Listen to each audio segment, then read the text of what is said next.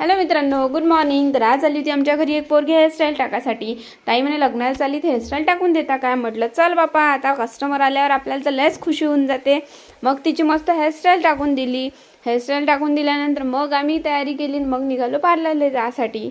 मग पार्लरला गेलो तर त्या ठिकाणी आज होता वेदूचा बर्थडे. पार्लरला कालच माहीत होऊन गेलो होतं आम्हाला का आज वेदूचा बर्थडे आहे.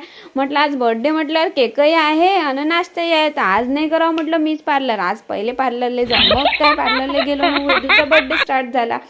तर ते फुसकी फटाकाच निघाला. तिची फुलझडीच नाही जळली. कॅन्डलच नाही लागली. त्या वेदूसारखीच फुसकी निघाली ते. मग काय ते बड्डे गिड्डे सेलिब्रेशन करून घरी आलो. मग घरी आल्यानंतर मग आमचे कामं केले. त्याच्यानंतर आमचा डेलीचा शेड्यूल असते फिरायला जायचा. तर आज पाक अशी इशू पहिलेच निघाली, कारण तिला माहीत आहे ना याच्यासोबत फिरायला गेलो तर आईस्क्रीम खायला भेटते, तर समोरच निघाली. असा गेला मग आमचा आजचा दिवस. चला मग भेटू नेक्स्ट ब्लॉग.